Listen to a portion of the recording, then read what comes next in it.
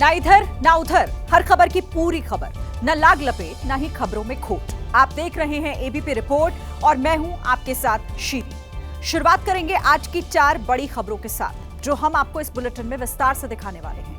पहली खबर युद्ध की। डोनाल्ड ट्रंप की धमकी पर ईरान के नेता खामेनेई का पलटवार। कहा, ईरान नहीं करेगा सरेंडर, अगर इजरायल नहीं रुका तो नतीजे होंगे भयंकर। दूसरी खबर, पीएम मोदी और ट्रंप की दोनों नेताओं की बातचीत में ऑपरेशन सिंदूर का मुद्दा उठा। पीएम ने कहा, मध्यस्थता मंजूर नहीं है। कांग्रेस ने हालांकि इस दावे पर सवाल खड़े कर दिए हैं। तीसरी खबर राजा रघुवंशी मर्डर केस की है। मर्डर मिस्ट्री में नया नाम सामने आया है। संजय नाम के शख्स की एंट्री हुई है। 38 दिनों में सोनम और संजय के बीच 234 बार बातचीत हुई है। चौथी खबर महाराष्ट्र की।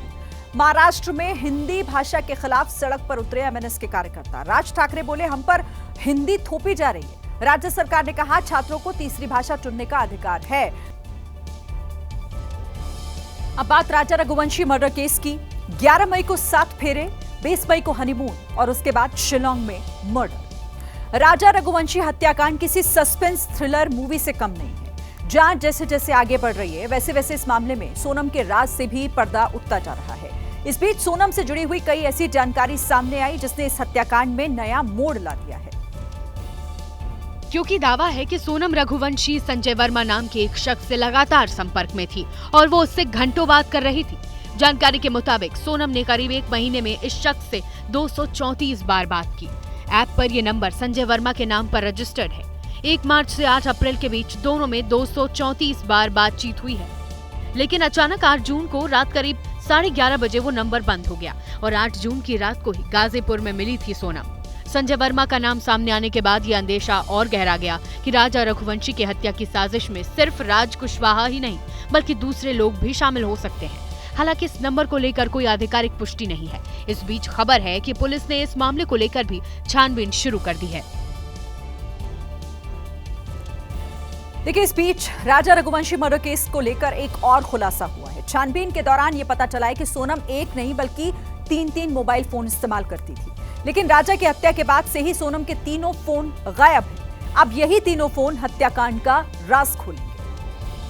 जानकारी के मुताबिक सोनम ने राजा की हत्या के बाद मर्डर स्पॉट पर ही अपने फोन स्विच ऑफ कर दिए थे। सोनम ने हत्या के बाद तीनों फोन आकाश को दे दिए। आकाश ने सोनम के तीनों फोन को तोड़ दिया। हालांकि सोनम ने तीनों फोन में से एक का सिम अपने पास रख लिया, जबकि राजा का फोन सोनम ने खुद तोड़ा और विशाल ने राजा के फोन को खाई में फेंक दिया। राजा रघुवंशी की हत्या के बाद सोनम का एक फोन इंदौर में एक्टिव हुआ था। दरअसल व्हाट्सएप चेक करने के लिए सोनम ने अपना सिम एक्टिव किया था और यही गलती उसकी आखिरी भूल साबित हुई, क्योंकि सिम एक्टिव होते ही पुलिस को उसकी लोकेशन मिल गई। फिलहाल शिलोंग पुलिस सोनम के तीनों फोन रिकवर करने के लिए सर्च ऑपरेशन चला रही है। इंदौर, गुवाहाटी और यूपी के कई जिलों में पुलिस सर्च कर रही है।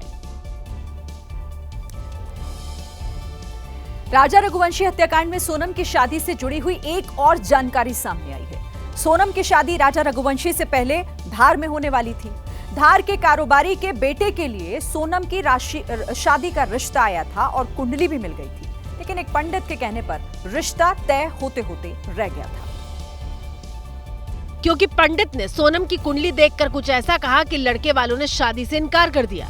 दरअसल सोनम की शादी के लिए धार के कारोबारी हरीश रघुवंशी के बेटे से विवाह का प्रस्ताव आया था। विवाह की बात चली तो दोनों के गुणों का मेल मिलाप किया गया। दावा है कि इसमें दोनों के 25 गुण मिल भी गए थे, लेकिन हरीश रघुवंशी ने इस मामले में पंडित से बात की तो उन्होंने शादी नहीं करने की सलाह दी। पंडित ने साफ कहा कि सोनम की कुंडली में खतरनाक दोष है, अगर शादी हुई तो परिवार बिखर जाएगा, शादी के बाद बेटे की मौत हो जाएगी। पंडित जी की बात सुनते ही हरीश रघुवंशी ने शादी से साफ इनकार कर दिया। मंगल और राहु बहुत खराब था। अच्छा, तो क्या आशंका थी सर उसमें? शंका ये था कि किसी एक का भी जोड़ा खंडित हो जाएगा दोनों में से। हरीश रघुवंशी को जैसे ही राजा की हत्या की खबर मिली, उन्होंने कहा कि मेरा बेटा बच गया।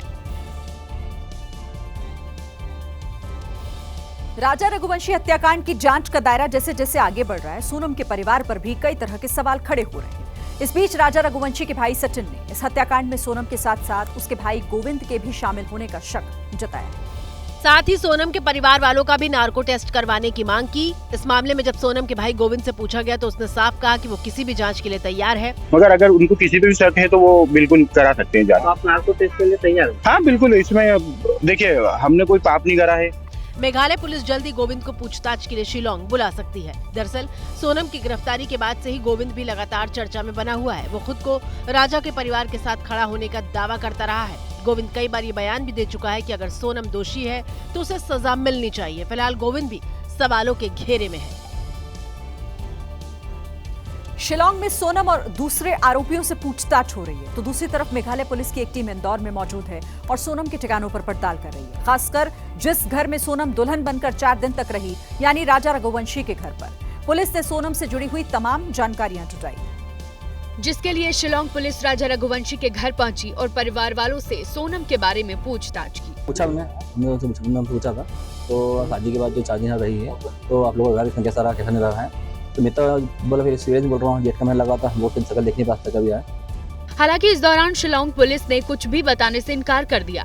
शिलोंग से मिलेगा, शिलोंग से। इसके बाद शिलोंग पुलिस ने इंदौर के उस फ्लैट की भी तलाशी ली जिसमें सोनम मर्डर के बाद इंदौर आने पर रुकी थी। इंदौर के देवास नाके में उस फ्लैट की गहन जांच की गई। शिलोंग पुलिस अपने सवालों की लंबी फहरिस्त लेकर आई थी। पुलिस ने सोनम के परिवार वालों से करीब 1.5 घंटे तक पूछताछ की। इस दौरान पुलिस ने उनसे कई अहम सवाल किए, जैसे सोनम का व्यवहार कैसा था। सवाल यह भी पूछा गया कि शादी से पहले और शादी के बाद उसके व्यवहार में क्या कोई बदलाव आया था। सवाल नंबर 3 ये कि राजा के घर से आने के बाद सोनम के व्यवहार में कुछ अंतर दिखा क्या परिवार वालों को। सवाल अगला ये कि सोनम फोन पर किससे आखिर इतनी लंबी लंबी बात करती थी, क्या परिवार जानता है इस बारे में। अगला सवाल ये कि क्या सोनम और राजा के प्रेम प्रसंग की जानकारी परिवार के लोगों को थी। और सवाल नंबर 6 ये कि क्या सोनम ने अपनी मां को शादी ना करने की धमकी दी थी। अगला सवाल ये पूछा गया कि सोनम के शिलोंग जाने की जानकारी आखिर परिवार वालों को कब लगी थी। सवाल नंबर 8 ये कि राज के अलावा दूसरे आरोपियों का घर पर आना जाना था क्या। सवाल नंबर 9 ये कि सोनम के अकाउंट में इतना पैसा किसका था, ये पैसा कहां से आया था, इस बारे में परिवार कितना जानता है। सवाल यह भी पूछा गया कि हवाला कनेक्शन, संजय वर्मा और जितेंद्र रघुवंशी, इसके बारे में परिवार के पास क्या जानकारी है। प्यार में धोखे की एक कहानी गोवा से भी सामने आई है। बेंगलुरु से गोवा शादी करने पहुंचे एक कपल की लव स्टोरी उस वक्त हेट स्टोरी में बदल गई जब शादी से पहले ही लड़के ने अपनी गर्लफ्रेंड का कत्ल कर दिया। पुलिस की गिरफ्त में ये वही आरोपी युवक है जो अपनी शादी की प्लानिंग के लिए बेंगलुरु से गोवा आया हुआ था, लेकिन दोनों के बीच किसी बात को लेकर विवाद इतना बढ़ गया कि युवक ने अपनी प्रेमिका की गला रेतकर हत्या कर दी और लाश जंगल में फेंककर फरार हो गया। पुलिस ने सर्च ऑपरेशन चलाया और लड़की की लाश बरामद कर ली। वहीं आरोपी की पहचान संजय केविन के तौर पर हुई है, जबकि मृतका का नाम रोशनी मोसेस है। दोनों ही बेंगलुरु के रहने वाले थे। पुलिस का कहना है कि दोनों के बीच प्रेम प्रसंग को लेकर विवाद हो गया और आरोपी युवती की हत्या के बाद बेंगलुरु भाग गया। मेरठ पुलिस ने उन मंचलों को गिरफ्तार कर लिया है जिन्होंने सड़क पर स्कूटी से जा रही एक युवती के साथ अश्लील हरकत की थी। गिरफ्तारी के बाद ये मंचले माफी मांगते दिखे। रात का वक्त था और हरिद्वार की सड़क पर ये मंचले लड़की से छेड़छाड़ कर रहे थे। तभी लड़की ने समझदारी दिखाई, मंचलों का वीडियो बनाया, वैन का नंबर प्लेट भी नोट कर लिया और पुलिस में शिकायत की। इस रोड पे गाड़ी चल रही है, मेरे को फीमेल राइडर देख के मेरे साथ बदतमीजी कर रहे थे। ज्यादा दूर नहीं है ये गाड़ी, 2 से 3 किलोमीटर पीछे। मेरठ पुलिस ने मामले की जांच की तो मामला हरिद्वार का निकला। अब पुलिस ने इन सभी मंचलों को गिरफ्तार कर लिया है और उस वैन को भी सीज कर दिया जिस पर ये मंचले सवार थे। सभी महिलाएं हमारी माताएं बहनें हैं, आज के बाद कोई गलती नहीं होगी। सभी महिलाएं हमारी माताएं बहनें हैं, आज के बाद कोई गलती नहीं होगी। पुलिस ने इनकी कैसी खातिरदारी की है, इनके चलने के तरीके से आप समझ सकते हैं। असम के सिलचर में पुल गिर जाने की वजह से 2 ट्रक नदी में ही फंस गए। पुल के गिरने की वजह से गुवाहाटी का कई राज्यों से संपर्क टूट गया। फिलहाल पुल की मरम्मत का काम हो रहा है। हादसे के वक्त 2 ओवरलोडेड ट्रक पुल से गुजर रहे थे। जैसे ही वो बीचों बीच पहुंचे तभी पुल भर कर गिर पड़ा। वीडियो में देख सकते हैं कि नदी के बीच में दोनों ट्रक फंसे हुए हैं। दोनों ट्रकों पर भारी भरकम पत्थर लदा हुआ है। तय मानक से ज्यादा वजन होने के कारण पुल ढह गया। पुल टूटने के बाद स्थानीय प्रशासन के अधिकारी मौके पर पहुंचे और राहत का काम शुरू किया। आसपास के लोग सड़क की दूसरी तरफ जाने के लिए अब नाव के सहारे नदी पार कर रहे हैं। इस पुल की 1 महीने पहले ही मरम्मत की गई थी। पुल के टूटने की वजह से गुवाहाटी का त्रिपुरा और मिजोरम के कई जिलों से संपर्क टूट गया है। हैदराबाद के बेगमपेट हवाई अड्डे पर उस वक्त अफरा तफरी मच गई जब एक ईमेल के जरिए बम होने की धमकी मिली, जिसके बाद एयरपोर्ट पर हाई अलर्ट जारी किया गया। जैसे ही अज्ञात मेल के जरिए धमकी मिली, सुरक्षा एजेंसियां चौकन्नी हो गई। Telangana special protection force central (CISF) ने एयरपोर्ट को चारों तरफ से घेर लिया और सघन चेकिंग अभियान चलाया। सुरक्षा बलों ने स्निफर डॉग्स और बम डिटेक्शन स्क्वाड की मदद से एयरपोर्ट की जांच की और कोना कोना छान मारा। एयरपोर्ट अथॉरिटी ने भी इमरजेंसी रिस्पांस टीम को तैनात कर दिया। फिलहाल एयरपोर्ट पर स्थिति नियंत्रण में बताई जा रही है, लेकिन सुरक्षा बलों ने पूरी सतर्कता बरतने के लिए निर्देश दिए हैं। अधिकारियों का कहना है कि ये कोई प्रैंक मेल भी हो सकता है, लेकिन सुरक्षा के लिहाज से किसी भी लापरवाही से बचा जा रहा है। केदारनाथ यात्रा में एक के बाद एक कई हेलीकॉप्टर हादसों को देखते हुए केंद्रीय गृह मंत्रालय ने अमरनाथ यात्रा के दौरान श्रद्धालुओं की सुरक्षा से जुड़े हुए कई अहम कदम उठाए हैं। गृह मंत्रालय के मुताबिक 3 जुलाई से शुरू हो रही अमरनाथ यात्रा के दौरान किसी को भी हेलीकॉप्टर सर्विस नहीं दी जाएगी। साथ ही अमरनाथ यात्रा के पूरे रूट को नो फ्लाइंग जोन घोषित कर दिया गया है, यानी इस रूट पर अब ना तो कोई ड्रोन उड़ा सकेगा, ना ही किसी तरह के गुब्बारे उड़ाने की इजाजत होगी। ये प्रतिबंध पहलगाम और बालटाल दोनों ही यात्रा मार्गों पर लागू होगा। बताया जा रहा है कि ये प्रतिबंध 1 जुलाई से 10 अगस्त तक लागू रहेंगे। गृह मंत्रालय के मुताबिक ये प्रतिबंध मेडिकल और इमरजेंसी रेस्क्यू पर लागू नहीं होंगे। साथ ही सुरक्षा बलों द्वारा यात्रा रूट की निगरानी पर भी ये बैन नहीं लागू होंगे, यानी सुरक्षा बल निगरानी के लिए ड्रोन का इस्तेमाल जरूर कर सकेंगे। सोनम रघुवंशी की बेवफाई के किस्सों के बीच महाराष्ट्र से मोहब्बत की एक ऐसी तस्वीर सामने आई जिसने हर किसी को भावुक कर दिया। ये कहानी है 93 साल के बुजुर्ग और उनकी पत्नी शांताबाई की। बुजुर्ग पति पत्नी संभाजी नगर के ज्वेलरी स्टोर में पहुंचे तो उनको देख वहां के कर्मचारियों को लगा कि दोनों पैसे मांगने आए हैं। तभी बुजुर्ग ने अपनी जमा पूंजी ज्वेलरी स्टोर के काउंटर पर रख दी और कहा कि वो अपनी पत्नी शांताबाई के लिए एक मंगलसूत्र खरीदना चाहते हैं। पैसे गिने गए तो 1120 रुपए निकले, जबकि मंगलसूत्र बहुत महंगा था। मंगलसूत्र की कीमत जानकर बुजुर्ग मायूस हो गए, लेकिन बुजुर्ग दंपत्ति का प्रेम देखकर दुकान के मालिक भावुक हो उठे। उन्होंने बुजुर्ग दंपत्ति को वो मंगलसूत्र मुफ्त में देने की बात कही, लेकिन बुजुर्ग दंपत्ति ने 1120 रुपए देने की जिद की, जिसके बाद दुकानदार ने आशीर्वाद के तौर पर उनसे सिर्फ 20 रुपए लेकर मंगलसूत्र दे दिया। मला तुमच्या हिशोबाने काय द्यायचे तुझे? 1000 रुपये नको, पांडुरंगाचा आशीर्वाद आणि तुमचा आशीर्वाद असला सगळं कल्याणच कल्याण आमचं। बुजुर्ग दंपत्ति के प्रेम और ज्वेलरी स्टोर के मालिक की दरियादिली का ये वीडियो सोशल मीडिया पर खूब वायरल है। भारतीय नौसेना को समंदर का नया प्रहरी मिल गया है। नाम है INS अर्नाला, जो समंदर में दुश्मन की पनडुब्बियों के लिए काल साबित होगा, क्योंकि जो भी इसकी रडार में आएगा वो खत्म हो जाएगा। देखने में महाबली, काम बाहुबली और दुश्मन के खेमे में मचाने खलबली आ गया है INS अर्नाला। ये देश का पहला anti submarine warfare shallow water craft है, जिसे खास तौर पर दुश्मन की पनडुब्बियों का पता लगाने और उनका खात्मा करने के लिए डिजाइन किया गया है।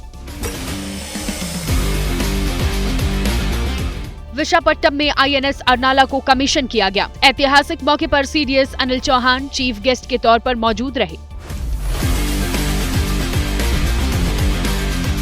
बता दें कि भारतीय नौसेना के लिए इस वक्त 16 ASW SWC जहाज बनाए जा रहे हैं।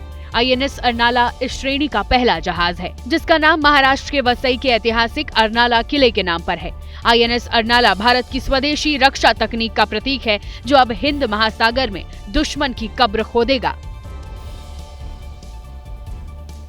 INS अर्नाला को समंदर का सबसे बड़ा प्रहरी और दुश्मन का काल आखिर क्यों कहा जा रहा है, इसकी एक नहीं बल्कि कई वजह हैं, आपको बताते हैं। INS अर्नाला अत्याधुनिक सोनार सिस्टम से लैस है। समंदर में छोटी सी भी अगर हलचल होगी तो ये तुरंत पकड़ लेगा। इसमें टॉर्पीडो और कई रॉकेट लॉन्चर लगे हुए हैं, जो इसकी ताकत को कई गुना बढ़ा देते हैं। इसकी लंबाई 77 मीटर और वजन करीब 1490 टन है। ये नौसेना का पहला ऐसा बड़ा जहाज है जो डीजल इंजन और वाटर जेट के मिश्रण से चलता है। ये तकनीक इसे तेज और चुस्त बनाने का काम करती है। महाराष्ट्र के पालघर में उस वक्त हड़कंप मच गया जब बोईसर नावपुर नाके के पास एक खड़ा हुआ ट्रक अचानक से जल उठा। ट्रक में ज्वलनशील पदार्थ रखा हुआ था जिससे आग और ज्यादा भड़क गई और ये हादसा हो गया।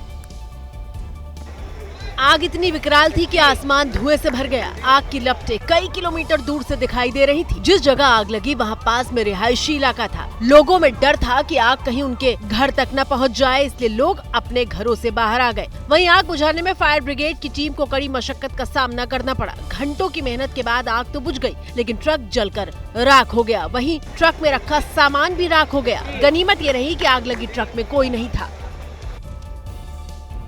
महाराष्ट्र में पहली से 5वीं कक्षा तक के छात्रों के लिए हिंदी को अनिवार्य किया गया है। तीसरी भाषा बनाने का आदेश फडणवीस सरकार ने वापस ले लिया है। इसके बावजूद एमएनएस प्रमुख राज ठाकरे ने हिंदी के खिलाफ आग उगली और उनकी पार्टी के कार्यकर्ता भी सड़कों पर उतर आए हैं। में जाकर हिंदी की किताबें फाड़ दी। विरोध जताने के लिए हिंदी की किताबें भी जलाई। साथ ही दुकानदारों को हिंदी की किताबें न बेचने की धमकी दी।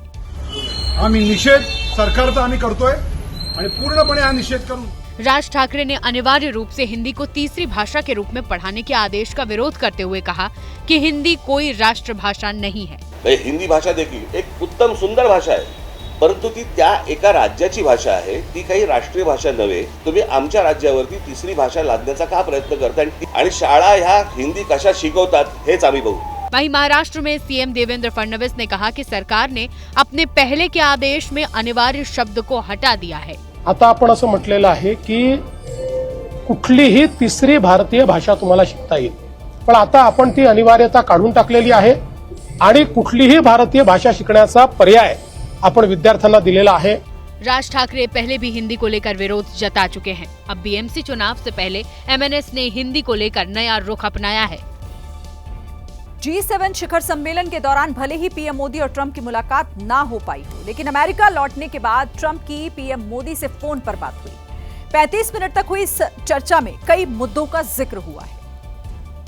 विदेश सचिव विक्रम मिस्री ने बताया कि ट्रंप से बातचीत के दौरान पीएम मोदी ने न सिर्फ आतंकवाद बल्कि पाकिस्तान पर भी करारा प्रहार किया। बताया गया कि इस दौरान पीएम मोदी ने कहा कि आतंक के खिलाफ भारत की लड़ाई जारी रहेगी। पीएम मोदी ने यह भी साफ किया कि ऑपरेशन सिंदूर के दौरान कभी भी ट्रेड डील पर कोई बात नहीं हुई। ट्रंप से बातचीत में पीएम मोदी ने यह भी कहा कि मध्यस्थता न स्वीकारी है और न ही कभी स्वीकारी जाएगी। पीएम ने कहा कि भारत अब आतंकवाद को युद्ध के रूप में ही देखता है। प्रधानमंत्री मोदी ने कहा कि 6-7 मई की रात को भारत ने पाकिस्तान और पाकिस्तान ऑक्यूपाइड कश्मीर में सिर्फ आतंकी ठिकानों को ही निशाना बनाया था। भारत ने यह भी स्पष्ट कर दिया था कि पाकिस्तान की गोली का जवाब भारत गोले से देगा। इस दौरान पीएम मोदी ने क्वाड की अगली बैठक के लिए ट्रंप को भारत यात्रा का निमंत्रण दिया, जिसे ट्रंप ने स्वीकार किया और भारत आने के लिए खुद को उत्सुक बताया। इजरायल और ईरान के जंग की बात करते हैं, लेकिन सबसे पहले आपको इस जंग से जुड़े हुए आज के आंकड़े क्या हैं वो बता देते हैं। टाइम्स ऑफ इजरायल के मुताबिक इस जंग में अब तक 600 से ज्यादा लोगों की मौत हो चुकी है। इनमें ईरान की तरफ से 585 लोग मारे गए। इजरायल में 24 लोगों की मौत हुई है। ईरान ने अब तक इजरायल पर 400 मिसाइलें दागी हैं। इजरायल ने भी अनगिनत हमले किए हैं। दोनों देशों की सेना ने दुश्मन देशों के नागरिकों को अपनी अपनी राजधानी खाली करने के लिए कहा है। 13 जून से शुरू हुई जंग आज 6ठे दिन भी जारी है। दोनों देशों ने एक दूसरे पर अटैक किए हैं, रात भर हमले किए। रिहायशी इलाकों से लेकर मिलिट्री ठिकानों तक एक ईरान इजरायल की जंग में हर जगह पर हमले हुए हैं। तबाही की सबसे नई तस्वीर तेहरान के उत्तर पश्चिम इलाके से आई। इजरायल के हमले के बाद वहां काला धुआं छा गया। तेहरान के इस दूसरे वीडियो में भी इजरायल का कहर देखा। इजरायली हमले में पहले से चल रही बिल्डिंग पर एक बार फिर बम गिरा और बिल्डिंग तबाह हो गई। इस तीसरे वीडियो में भी चमचमाती लाइटों के बीच तबाही का मंजर दिखा। इजरायल के हमले के बाद धुआं काफी ऊपर तक उठ रहा था। चौथे वीडियो में इजरायल ने घात लगाकर ईरान की सेना की गाड़ी को निशाना बनाया और मौका पाते ही उसे उड़ा दिया। और इस बीच एक बड़ी खबर आपको बता दें, ईरान से जारी जंग पर इजरायल की दो टूक। ईरान के साथ कोई बातचीत नहीं, इजरायल ने साफ कर दिया है ऑपरेशन राइजिंग लायन जारी रहेगा। लक्ष्य हासिल करने तक इस ऑपरेशन को जारी रखेंगे। इजरायल की तरफ से यह साफ कर दिया गया है। ईरान से जारी जंग के बीच इजरायल की तरफ से अपना रुख साफ करते हुए ये दो टूक कि ईरान के साथ कोई भी बातचीत इजरायल नहीं करेगा।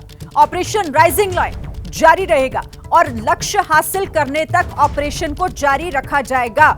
तो देखिए, एक तरीके से ये और ज्यादा किस तरीके से भीषण होता जा रहा है युद्ध, और आने वाले दिनों में, क्योंकि जिस तरह से बयान, पहले ईरान का भी बयान सामने आया, अब इजरायल का ये बयान, ये कहते हुए कि यहां पर जो वो ऑपरेशन चला रहा है ईरान के खिलाफ, राइजिंग लायन, ये जारी रहेगा और जब तक इजरायल अपने लक्ष्य को हासिल नहीं कर लेता तब तक ये ऑपरेशन इसी तरीके से जारी रहेगा। इजरायल भी लगातार ईरान पर अटैक कर रहा है, काफी नुकसान ईरान को पहुंचा चुका है, तो दूसरी तरफ ईरान भी इजरायल पर कई अटैक कर चुका है। और अब जंग से जुड़ी हुई आज की सबसे बड़ी खबर पर आपको अपडेट देते हैं। अमेरिका के राष्ट्रपति डोनाल्ड ट्रंप ने ईरान को बहुत बड़ी धमकी दी है। उन्होंने कल रात कहा कि ईरान के पूरे आसमान पर अमेरिका का कंट्रोल है। उन्हें मालूम है कि खामेनेई कहां छिपे हुए हैं। अमेरिका जब चाहे तब खामेनेई को मार सकता है, लेकिन वो अभी ऐसा नहीं करेगा। G7 समिट बीच में छोड़कर ट्रंप अमेरिका गए, अपने सुरक्षा अधिकारियों से मीटिंग की, उसके बाद उन्होंने ये बड़ा बयान दिया। क्या क्या कहा है ट्रंप ने, एक एक कर उसकी जानकारी आपको देते हैं। ट्रंप ने कहा कि खामेनेई बहुत आसान टारगेट है, लेकिन हम अभी उन्हें नहीं मारेंगे। अब ईरान के आसमान पर हमारा पूरा कंट्रोल है। ईरान के पास कुछ अच्छे स्काई ट्रैकर थे, लेकिन वो अमेरिका से बेहतर नहीं है। अपने तीसरे पोस्ट में ट्रंप ने खामेनेई से सरेंडर करने की बात कही, लेकिन क्या खामेनेई ट्रंप के इन बयानों से डर गए, इसका जवाब अभी नहीं है। तो देखिए, ट्रंप ने सोचा होगा कि उनकी जो धमकियां हैं, उन धमकियों से खामेनेई डर जाएंगे, लेकिन यहां तो कहानी पलट गई है। उल्टा खामेनेई ने इजरायल के खिलाफ आधिकारिक तौर पर जंग का ऐलान कर दिया। उन्होंने कहा अब जंग शुरू होती है, यानी खामेनेई की ओर से जंग का आधिकारिक ऐलान कर दिया गया। इसके बाद मंगलवार की रात भी दोनों की ओर से मिसाइल और ड्रोन दागे गए। ईरान की सेना ने इजरायल से कह दिया कि अब तक जो हुआ वो ट्रेलर था, असली कहानी अभी बाकी है। अब तक किए गए ऑपरेशन केवल चेतावनी और रोकथाम के लिए थे। जल्द ही दंडात्मक कार्रवाई की जाएगी, इसलिए तेल अवीव और जाफा के निवासियों को अपनी सुरक्षा के लिए उन क्षेत्रों को छोड़ने की सख्त चेतावनी दी जाती है। हालांकि मीडिया रिपोर्ट्स में दावा है कि इजरायल और ईरान दोनों ही इस वक्त जंग के नाजुक मोड़ पर हैं। ईरान की बमबारी की तीव्रता कम हुई। पहले दिन उसने 150 से ज्यादा मिसाइलें दागी, मंगलवार को सिर्फ 10 मिसाइलें। इजरायल पर एयर डिफेंस की मिसाइलें भी खत्म हो रही हैं। वो ईरान की सारी मिसाइलों को तबाह करने में सक्षम नहीं है, चुनिंदा टारगेट्स को तबाह कर रहा है। जंग में दोनों पक्ष मुश्किल दौर में हैं, लेकिन पीछे हटने को तैयार नहीं। लेकिन इजरायल ईरान से ज्यादा निश्चिंत है। उसे इस जंग में कुछ भी खोने का डर नहीं है। क्यों? क्योंकि उसके पास अमेरिका है। अमेरिका ने जंग की आहट लगते ही इजरायल को सपोर्ट करने के लिए साउथ चाइना सी से अपना एयरक्राफ्ट कैरियर मिडिल ईस्ट की तरफ भेज दिया था, और अब उसने अपने फाइटर जेट्स भी मिडिल ईस्ट रवाना कर दिए हैं। मिडिल ईस्ट में पहले से अमेरिका के फाइटर जेट्स हैं, लेकिन अब अमेरिका ने उनकी संख्या बढ़ा दी है। उसने अपने F-16, F-22, F-35 जैसे एडवांस फाइटर जेट ईरान के करीब तैनात कर दिए हैं, और ऐसा करके वो ईरान पर हथियार डालने के लिए दबाव भी डाल रहा है। देखिए, न सिर्फ फाइटर जेट और एयरक्राफ्ट कैरियर, बल्कि इजरायल को अपने सबसे बड़े मिशन के लिए भी अमेरिका की जरूरत है। इजरायल का सबसे बड़ा मिशन है ईरान के परमाणु ठिकानों को तबाह करना, उसका कमांड और कंट्रोल सेंटर ध्वस्त करना। उसने जंग के शुरुआती दिनों में ही ईरान के नतांज परमाणु परिसर को तबाह किया, जिसका सबूत भी अब दुनिया के सामने आ चुका है। और अब उसका अगला टारगेट है ईरान का दूसरा सबसे बड़ा परमाणु परिसर, जिसे फोर्डो न्यूक्लियर साइट के नाम से भी जाना जाता है। लेकिन ये न्यूक्लियर साइट जमीन के काफी नीचे बनी हुई है। इसे तबाह करना इजरायल के बस की बात नहीं है, और यहाँ पर उसे अमेरिका की मदद की जरूरत होगी। जमीन के अंदर भी दुश्मन को तबाह करने वाला बॉम्ब सिर्फ अमेरिका के पास है। इसे बंकर बस्टर बॉम्ब भी कहा जाता है। ईरान की न्यूक्लियर साइट्स के बारे में अमेरिका के पास सारी जानकारियां मौजूद है। अगर उसे हमला करना होगा तो वो अपने B-2 बॉम्बर एयरक्राफ्ट को ईरान की न्यूक्लियर साइट्स पर हमला करने के लिए भेजेगा। वो एयरक्राफ्ट बम गिराएंगे और पलक झपकते ही ईरान के न्यूक्लियर कमांड सेंटर तबाह हो सकते हैं। अमेरिका के बंकर बस्टर बम जमीन से 200 फीट नीचे जाकर टारगेट को तबाह करने में सक्षम है। अब माना जा रहा है कि अमेरिका की मदद से ही इजरायल ईरान के न्यूक्लियर ठिकानों को पूरी तरह तबाह कर सकता है। उसके बिना नहीं। आसमान और जमीन पर लड़ी जा रही जंग अब जमीन के नीचे भी लड़ी जाएगी। ईरान ने भी अपने ज्यादातर हथियार जमीन के नीचे ही छिपाए हुए हैं। अपनी ताकत की एक झलक ईरान ने इसी साल मार्च महीने में दिखाई थी। उस वक्त ईरान की सेना ने अपनी अंडरग्राउंड मिसाइल सिटी दुनिया के सामने लाई थी। जमीन से कई फीट नीचे रखी ईरान की मिसाइलें और दूसरे हथियारों से उसने दुश्मनों को अपनी ताकत दिखाई थी। एक लंबे समय से टनल के अंदर गाड़ी में सैर करते करते ईरान के कमांडर्स ने मिसाइलों से लैस उसकी इस अंडरग्राउंड सिटी को दिखाया था। मीडिया रिपोर्ट्स के मुताबिक इजरायली इंटेलिजेंस से जुड़े अधिकारी भी मानते हैं कि ईरान के पास 2000 से ज्यादा ऐसी मिसाइलें हैं जो इजराइल तक पहुंच सकती हैं। दावा है कि ईरान ने पहली बार इजराइल पर अपनी हाइपरसोनिक मिसाइल फतह भी दाग दी है। इजराइल की सीक्रेट सर्विस को भी शक है कि ईरान के पास ऐसे कई खुफिया ठिकाने हैं जहां उसने दुनिया से छिपाकर अपने कई अनगिनत हथियार रखे हैं और उन्हीं हथियारों को एक एक कर अब ईरान निकाल रहा है। अब सवाल यहाँ ये है कि जंग में सब आगे अब इस मामले में कौन से रास्ते बचते हैं। तो हमने जो एनालिसिस किया है उसके हिसाब से अब 3 रास्ते हैं। पहला, इजराइल ईरान को इतना कमजोर कर दे कि वहां सत्ता परिवर्तन हो जाए और लड़ाई ठंडे बस्ते में कहीं चली जाए। लेकिन दिक्कत यह है कि ईरान पर बम गिराकर इजराइल ने वहां की जनता को सरकार के साथ खड़ा कर दिया है, तो ऐसे में सत्ता परिवर्तन तो मुश्किल लग रहा है। दूसरा रास्ता जो है वो डिप्लोमेसी का है। खबरें हैं कि अभी भी ईरान ने डिप्लोमेसी का रास्ता नहीं छोड़ा है। उसने गल्फ देशों के रास्ते गुपचुप तरीके से अपनी टीम अमेरिका भेजी। मैसेज दिया गया कि ईरान बातचीत के लिए तैयार है। तीसरा, अमेरिका सीधे जंग में आ जाए, आर पार की लड़ाई हो जाए और फिर जंग में जो जीता मिडिल ईस्ट में उसका दबदबा हो जाएगा। अमेरिका के डायरेक्ट एंट्री से पहले इजराइल और ईरान हर दिन लड़ रहे हैं। देखिए, इस जंग में भारत के कुछ छात्र भी फंसे हुए हैं। उन्हें वहां से निकालने की हर कोशिश भी की जा रही है। मिशन शुरू हो चुका है। भारतीय छात्रों का पहला बैच ईरान से आर्मेनिया पहुंच चुका है। उन्होंने वहां से दिल्ली के लिए फ्लाइट भी पकड़ ली है। पहले बैच में कुल 110 भारतीय छात्र भारत वापसी करने जा रहे हैं। इनमें से 90 छात्र कश्मीर के हैं, बाकी दूसरे राज्यों से आते हैं। कुछ लोगों को बसों के जरिए आर्मेनिया लाया गया तो कुछ अपने वाहनों से वहां तक पहुंचे हैं। इसके बाद सभी को दिल्ली लाया जा रहा है। आज 10:15 बजे तक उनकी फ्लाइट के दिल्ली पहुंचने की संभावना जताई जा रही है। तो इजराइल ईरान की हर खबर पर आप तक अपडेट पहुंचाएंगे। इसी के साथ ये थी आज की एबीपी रिपोर्ट। कल भी जारी रहेगी खबरों की खोज। आप बने रहिए एबीपी न्यूज के साथ। नमस्कार।